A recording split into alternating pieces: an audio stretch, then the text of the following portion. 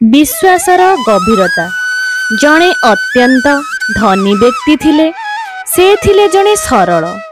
तांकर सरलपणर सुजोग नहीं दले चोर ठीक कले जे तांकु ठकी तांकर धन संपत्ति लुटी नेबे।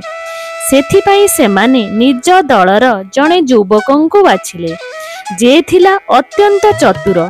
युवकटी धनी व्यक्ति घर को गला आउ तांको मनरे एमिति विश्वास जन्माई गोटे चाकरीटीए पाइला।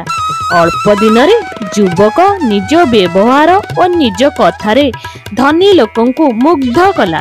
तेणु करी तांको व्यक्तिगत परिचारक होइगला।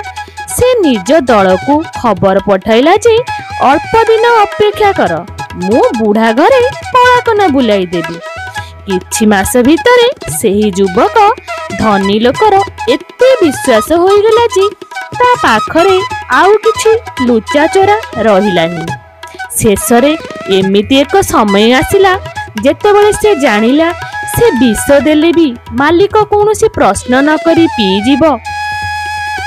किछि दिन गला परे ता दलर लोक देखिले जे सी आउ आग भली सेमानक पाखकु खबर पठाउ नाही।